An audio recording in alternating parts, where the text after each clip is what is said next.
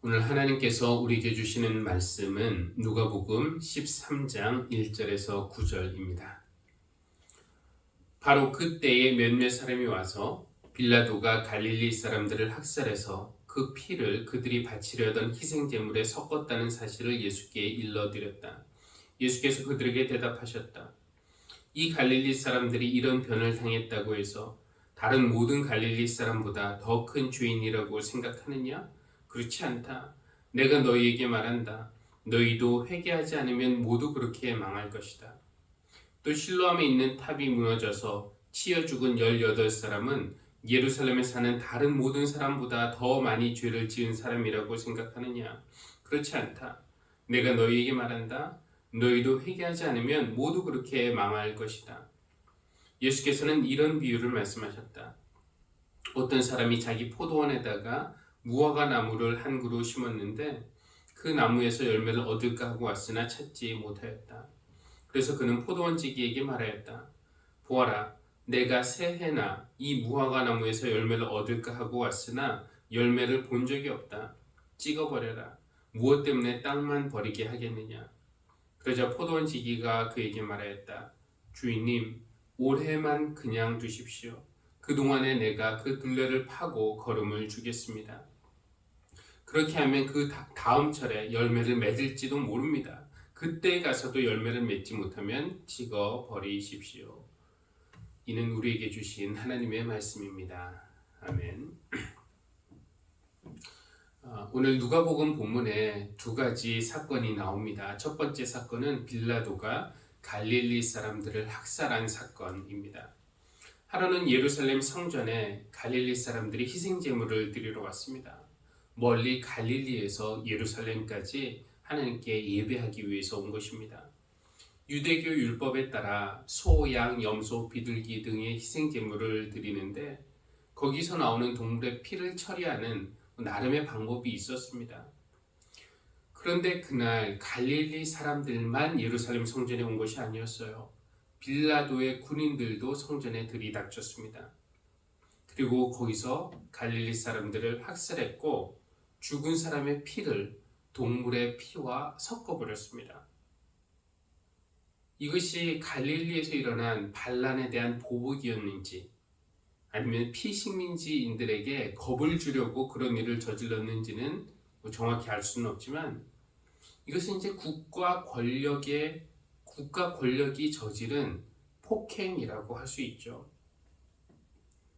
그런데 사람들은 국가 권력에 대항해서 이 분노의 목소리를 내는 것이 두려워서 그랬을까요? 속으로는 빌라도를 향한 그 분노가 들끓었겠지만 겉으로는 이 학살당한 사람들이 왜 이런 끔찍한 죽음을 당했는지를 묻습니다. 사람들이 예수님에게 물어요. 이 갈릴리 사람들이 다른 갈릴리 사람들보다 죄가 더 많아서 이런 변을 당한 것입니까? 두 번째 사건은 실로암 연못에 있는 탑이 무너져서 그 주위에 있던 18명이 치여서 죽은 그런 사건입니다. 이것도 역시 비극인데요. 글쎄 실로암 탑이 무너진 것이 자연재해였는지 인재였는지는 알 수 없습니다. 집안이 연약해서 강풍이 불어서 지진이 나서 무너진 것이라면 자연재해일 테고요. 아니면 부실공사 때문이거나 관리를 잘 하지 않아서 무너진 것이라면 인재라고 할 수 있겠습니다. 그때도 사람들이 비슷한 질문을 합니다. 실로암 탑에 치여 죽은 18명은 예루살렘에 사는 다른 사람들보다 죄를 더 많이 지어서 이런 일을 당한 것입니까? 갈릴리 사람들이 학살당한 사건이나 실로암 탑이 무너진 사건, 두 사건에 공통점이 있다면 사람들이 사전에 아무 경고도 없이 또 이해할 만한 이유 없이 갑작스럽게 목숨을 잃은 사건이라는 것이죠. 이런 사건들은 오늘날에도 일어나고 있습니다. 이 갈릴리 사람들을 빌라도가 학살한 그런 사건은 우리가 쉽게 떠올릴 수 있는 것이 5.18 광주 민주화 운동 때 수많은 시민이 군인들의 총에 맞아서 죽은 것일 테고요. 아니면 무고한 시민이 어떤 기관에 끌려가서 고문받아 죽임당한 사건, 이런 것도 국가 권력에 의한 폭행이라고 할 수가 있겠고요. 아니면 꼭 국가 권력이 아니더라도 테러 집단이 일으킨 폭발로 수많은 사람들이 희생당하는 것, 아니면 테러 집단이 인질을 잡아다가 처형하는 그런 사건들, 이거 모두 빌라도의 학살과 비슷한 사건들입니다. 실로암의 탑이 무너진 것이 자연재해라면은 예전에 동남아시아와 또 일본에 발생한 쓰나미로 수천 명이 죽은 것, 태풍이나 허리케인으로 많은 사람이 죽은 일과 비슷한 그런 일이라고 할 수 있겠고요. 이것이 만약에 인재라면은 우리가 떠올릴 수 있는 것이 얼마 전 광주에서 건설 중이던 아파트가 무너져서 사람들이 죽은 것, 그보다 더 심한 것은 90년대 삼풍백화점과 또 성수대교가 무너져서 수많은 사람이 죽은 사건과 비슷한 일이라고 하겠습니다. 이런 사건들 앞에서 그 불의한 국가 권력이나 아니면 테러 집단을 향해서 분노와 심판의 목소리를 내든지, 아니면 안타깝게 희생당한 이들에 대한 어떤 애도와 위로가 더 적절할 것 같은데, 이 1세기 사람들의 관심은 조금 달랐던 것 같습니다. 그 사건으로 죽은 사람들, 그 죽은 사람들이 안 죽은 사람들보다 죄가 더 많아서 이런 변을 당한 거 아니었는가, 이것이 그들의 관심이었어요. 하긴 요즘이라고 해서 이런 사람들이 없는 건 아닙니다. 2004년 12월로 기억하는데요. 크리스마스 즈음에 동남아시아를 덮친 쓰나미로 정말 수만 명이 죽은 그런 사건이 있었죠. 대부분 사람들은 뉴스를 보면서 그 참혹한 광경에 할 말을 잃었습니다. 그런데 일부 사람들, 일부 기독교인들은 그 지역이 이슬람 문화권이어서 그 지역이 죄가 많아서 하나님이 심판하셨다고 주장했습니다. 그러니까 오늘 성경에 나오는 사람들처럼 그들의 죄가 우리들의 죄보다 더 커서 저런 심판받은 거 아니냐, 이런 식으로 설명하려고 한 것이죠. 누군가의 불행과 고통을 보고 하나님의 심판이라고 손가락질하는 것이 얼마나 비인간적입니까마는 그런 사람들이 있었고요. 지금도 있습니다.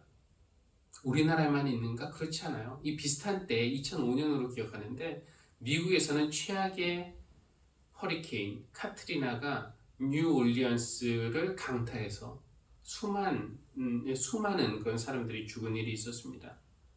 그때도 일부 기독교인들은 그 지역이 낙태율이 높다, 동성연애에 대한 하나님의 심판이다 라고 하면서 죽은 이들의 죄가 안 죽은 사람들보다 더 크다는 식으로 그렇게 설명하기도 했습니다. 정말로 그런 비참한 죽음을 당하는 것이 그들이 다른 사람들보다, 안 죽은 사람들보다 더 큰 죄인이라는 것을 증명하는 것일까요?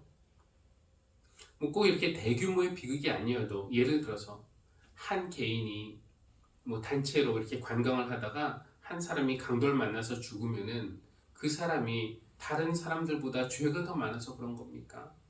어떤 아이가 장애를 가지고 태어나면은 그것도 그 아이가 혹은 부모가 죄가 더 많아서 그런 것입니까? 의식이 있는 사람이라면은 아니다라고 대답할 사람이 훨씬 더 많겠지만 1세기 사람들의 의식 속에는 이런 사고가 좀 지배적이었던 것 같아요. 즉, 죄는 비극을 가져오고 이 비극은 반드시 죄의 결과라는 생각 말이죠. 이것이 전혀 틀리다라고만은 말할 수 없지만, 하긴 성경에도 보면은 신약이든 구약이든 이런 사고가 나와 있습니다. 물론 성경에 나와 있다고 해서 이것이 다 하나님의 뜻이라는 것은 아니지만, 예를 들어 고통을 당하고 있는 욥에게, 욥이 고통을 당하고 있었습니다. 그의 친구 엘리바스는 이렇게 말해요. 잘 생각해 보아라. 죄 없는 사람이 망한 일이 있더냐? 정직한 사람이 멸망한 일이 있더냐? 내가 본 대로는 악을 갈아 재난을 뿌린 자는 그대로 거두더라. 누군가가 재난을 당한다? 그것은 그가 죄를 뿌렸기 때문이 분명하다 라고 엘리바스는 생각하고 있는 겁니다. 요한복음 9장에도 비슷한 생각이 나와 있죠. 나면서부터 눈먼 사람을 두고 제자들이 예수님에게 묻습니다. 이 사람이 눈먼 사람으로 태어난 것은 누구의 죄 때문입니까? 이 아이의 죄입니까? 부모의 죄입니까?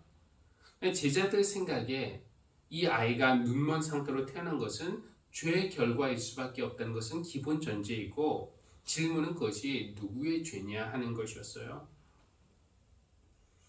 불교 영향권에 있던 우리나라에서도요, 인과응보라는 말이 있는데요, 과거 혹은 전생의 선악에 따라서 뒷날의 길흉화복이 결정된다라는 그런 생각입니다.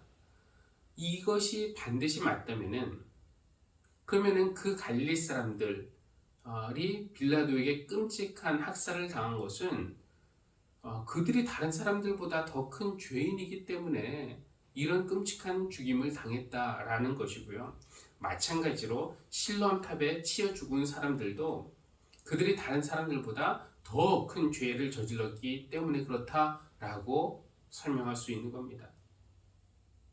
그러나 예수님의 대답은 무엇이었습니까? 그렇지 않다. 그렇지 않다고 대답을 하십니다. 그들의 죽음이 그들의 죄의 결과가 아니다. 그들이 더 큰 죄인이어서 그들이 그렇게 죽은 것이 아니다. 예수님이 이렇게 대답하셔서 참 다행입니다. 만약에 우리 하나님이 우리의 죄가 크다고 해서 우리를 비참하게 죽이시는 그런 하나님이시라면 우리 마음이 편하지 않을 텐데, 그것이 아니다라고 말씀해 주시니 마음이 좀 편해집니다. 그러나 마음이 편한 것도 잠시뿐이고요. 우리 예수님의 그 다음 말씀이 우리 마음을 다시 불편하게 합니다. 똑같은 말씀을 두 번 반복을 하셨는데요.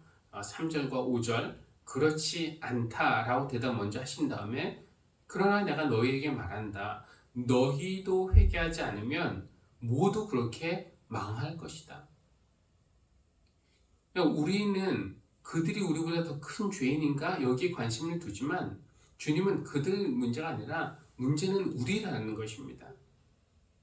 희생자들이 비참하게 죽은 것은 그들의 죄인이라는 증거 아니지만, 그렇다고 하나님이 우리 죄를 심판하지 않으시겠다는 것은 아니에요. 너희도 회개하지 않으면 모두 그렇게 망할 것이다. 이렇게 말씀을 하시고 나서 예수님이 비유 하나를 들려주십니다. 어떤 사람이 자기 포도원에 무화과 나무 한 그루를 심었습니다. 그런데 3년이 지나도록 무화과 나무가 열매를 맺지 못하는 겁니다. 실망한 주인이 포도원 지기에게 명하죠. 내가 새해나 이 무화과 나무에서 열매를 얻을까 하고 기다렸는데 열매를 본 적이 없다. 무엇 때문에 땅만 버리겠느냐? 찍어버려라. 여러분, 세례자 요한, 예수님이 활동하시기 전에 세례자 요한이 활동할 때 했던 설교 기억하십니까? 도끼를 이미 나무 뿌리에 갖다 놓았으니 좋은 열매 맺지 않는 나무는 다 찍어서 불 속에 던지실 것이다. 그때 이미 찍을 준비가 되어 있었습니다. 그 후에 예수님이 공생애를 시작하셨죠. 세례자 요한에게 세례 받으시고 3년 동안 활동하시면서 백성에게 회개하고 하나님 나라 맞으라고 그렇게 선포하고 가르치셨습니다. 그러니까 포도원의 주인처럼 하나님도 예수님 활동하시는 3년 동안 사람들이 회개하고 돌아오기를 기다리셨지만 바라던 열매를 얻지 못하셨어요. 비유 속의 주인은 기대하던 그 열매를 맺지 못하자 포도원 지기에게 찍어버려라 라고 말합니다. 3년 전 도끼가 이미 나무 뿌리에 놓여 있는 상태였고, 그 3년 동안 충분히 회개하라고 말씀하셨고 회개를 기회를 주셨지만 열매가 없었습니다. 그러니 이 나무를 찍어버리는 것으로 이 비유가 끝나도 전혀 이상할 것이 없습니다. 그러나 그것이 오히려 하나님의 정의에 가까운 것일 수도 있겠죠. 그러나 나무가 찍혀버려지는 그런 일이 발생하지 않았는데요. 그 이유는 포도원 지기가 주인에게 간청했기 때문입니다. 주인님, 올해만 그냥 두십시오. 내가 그동안에 그 둘레를 파고 걸음을 주겠습니다. 이 비유에서 중요한 것은 무엇입니까? 나무가 원래 찍혔어야 됐는데, 벌써 찍혔어야 됐는데, 그것이 유예되었다는 것. 그러니까 지금 우리는 유예의 시간을 살고 있다는 것입니다. 내가 오늘 이렇게 사는 것이 당연한 것이 아니라 은혜로 주어진 시간이라는 것이죠. 이 시간을 우리가 어떻게 사느냐에 따라서 우리의 미래가 달라질 수 있습니다.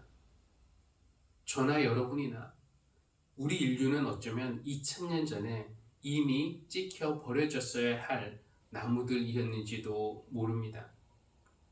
근데 우리 주님이 하신 일이 무엇이었습니까? 우리에게 한 번에 더 기회를 주시기로 주인에게 올해만 그냥 두십시오 라고 말씀하신 것입니다. 그런데 우리에게 유예의 시간, 은혜의 시간이 주어진 것보다 더 중요한 사실이 있는데, 그것은 예수님이 우리가 열매를 맺도록 직접 옆에서 도와주시겠다고 하시는 겁니다. 그러니까 포도원 지기가 주인에게 시간을 번 다음에 나무를 향해서, 자, 이제 내가 1년의 시간을 벌어줬으니까 이제 알아서 잘 해야 된다. 내가 이 정도 했는데 그래도 열매 못 맺으면 이건 전적으로 네 책임이야 라고 하지 않았습니다. 포도원 지기는 대신에 내가 그 둘레를 파고 거름을 주겠다고 약속을 합니다. 우리가 우리의 힘만으로 할 수 없는 것을 예수님이 해주시겠다고, 도와주시겠다고 약속하시는 것이죠. 주님은 우리가 찍혀 버려지는 나무가 되기를 원하지 않으십니다. 우리가 살기를 원하세요. 잘 살아서 좋은 열매를 맺는 시냇가에 심긴 그런 나무가 되기를 원하시는 겁니다. 그러면 예수님은 우리에게 어떻게 우리 둘레를 파시고 우리에게 걸음을 주실까요? 말씀으로, 또 성령으로 우리 영혼의 둘레에 쟁기질을 하시는 겁니다. 그래야 우리가 땅에 있는 영양분, 걸음을 잘 흡수할 수 있을 테니까요. 예를 들면 이런 것이에요. 마음을 다해 하나님을 사랑하여라 라는 성경 말씀을 우리에게 주시고, 우리가 그 말씀을 읽을 때 성령님은 우리에게 질문을 하십니다. 우리 마음에 너는 내 마음을 다해서 하나님을 사랑하느냐? 그럼 우리가 그 질문을 붙들고 씨름을 하고 고민을 하고 반성을 하고 기도하고 적용하고 실천하는 이런 모든 과정이, 그래서 내 마음을 다해 하나님을 사랑하려고 노력하는 그 과정이 바로 예수님이 우리 둘레를 파시는 과정입니다. 또 남을 심판하지 말아라 이런 말씀을 주시고, 우리가 그 말씀을 읽을 때 성령님은 너는 내 눈에 있는 큰 들보를 못 보면서 다른 사람들의 작은 실수를 가지고 정죄하고 지적하고 판단하는 거 아니냐 물으십니다. 우리가 이 말씀과 또 성령님의 질문을 가지고 씨름하는 것이 바로 주님이 우리 둘레를 파시는 것입니다. 이렇게 우리 둘레를 파신 다음에는 걸음을 주십니다. 너는 내 사랑하는 자녀다. 내가 너를 좋아한다, 기뻐한다. 이런 말씀. 내가 너와 끝까지 함께할 것이다. 버리지 않을 것이다. 아무 염려하지 말고 기도해라. 반드시 응답하실 것이다. 너의 이름을 내 손에 새겼다. 내가 너를 안다. 두려워하지 말아라. 너에게 풍성한 생명을 주는 것이 내가 온 이유다. 이런 사랑과 용서와 위로와 격려와 희망의 말씀들이 우리에게 부어지는 걸음이 되는 겁니다. 이렇게 주님이 우리 둘레를 파시고 걸음을 주시면, 그러면 내년에는 주인이 기대하는 열매를 우리가 맺을 수 있을까요? 올해만 그냥 두십시오. 올해만. 포도원지기가 단청했는데, 그럼 그 다음 해에는 이 나무가 어떻게 될까요? 저는 솔직히 좀 부정적입니다. 왜냐면은 작년 사순절에도 회개를 결심했고 그 전에도 회개를 결심했지만 올해 여전히 변하지 않는 저의 모습을 보면은 과연 한 해가 더 주어진다고 내가 바뀔까? 이런 생각이 드는 것이죠. 우리가 어떻게든 열매를 맺도록 주님이 옆에서 도우셨지만 우리의 고집과 교만, 우리의 이기심과 욕심, 반항심과 불순종 쉽게 고쳐지지 않습니다. 그렇다면 이제는 찍혀도 할 말이 없는 겁니다. 다음에 포도원 지기가 주인에게 저도 할 만큼 노력했는데 잘 안 되네요. 찍어버리겠습니다. 그랬을까요? 성경은 그렇게 이야기하지 않습니다. 찍혀야 할 것은 우리였지만 예수님이 대신 찍히셨어요. 십자가에서. 저는 이것이 우리 기독교 신앙이 다른 종교들과 다른 점이라고 생각합니다. 하나님은 충분히 선하시고 하나님은 충분히 오래 참으셨고 충분히 우리에게 기회를 주셨고 노력하셨습니다. 유예의 시간을 우리가 헛되게 산 것, 충분한 기회를 받았는데도 살리지 못한 것, 우리가 그랬다면 그 책임은 이제 우리에게 있어야 상식적인데, 그런데 우리 기독교 신앙은 이 상식을 초월합니다.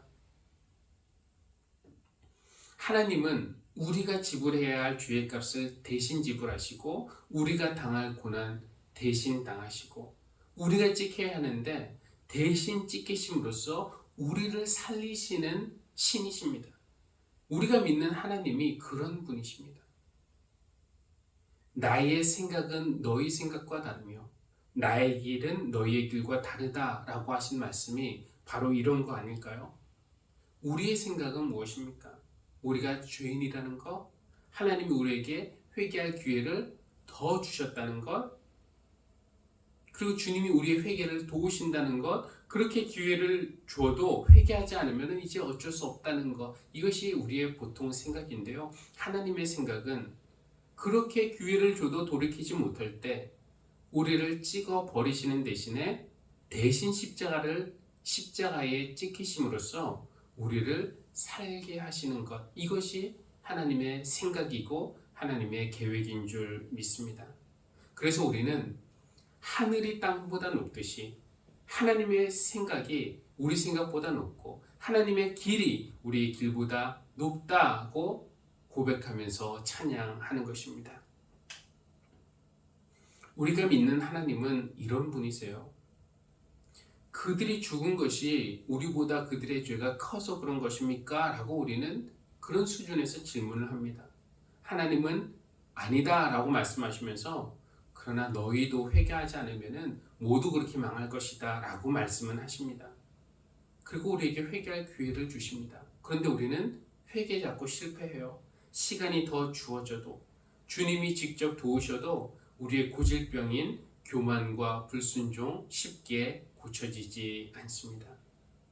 그럴 때 도끼로 우리를 찍어버리시는 대신해서 찍히심을 당하시고 우리를 살리시는 예수님, 그 외아들을 주시기까지 우리를 사랑하시는 그 하나님을 찬양합니다. 주님이 우리를 찾으러 오시고 만나시고 고쳐주시기를 빕니다. 기도하시겠습니다. 하나님은 외아들을 주시는 데까지 우리를 사랑하시는데 그것도 모르고 늘 삶이 불공평한 것처럼 따지고 불평하고 반항하는 우리의 모습을 용서하여 주십시오. 마치 이 세상이 영원히 갈 것처럼 회개를 미루고 있는 우리의 어리석음을 꾸짖어 주시고 우리가 지금 유예의 시간을 살고 있음을 깨닫게 해주십시오. 우리가 회개의 열매를 맺도록 우리 둘레를 파주시고 말씀과 성령으로 걸음을 부어주시기를 기도합니다. 무엇보다 우리의 힘으로 도저히 안 될 때 우리를 찍어서 버리시는 대신 십자가에 찍히신 주님의 사랑을 마음에 생기며 감사한 마음으로 매 순간을 살아가게 하여 주시고 그 예수님의 은혜를 받아들이고 믿음으로써 영생을 누리게 하여 주십시오. 예수님의 이름으로 기도합니다. 아멘.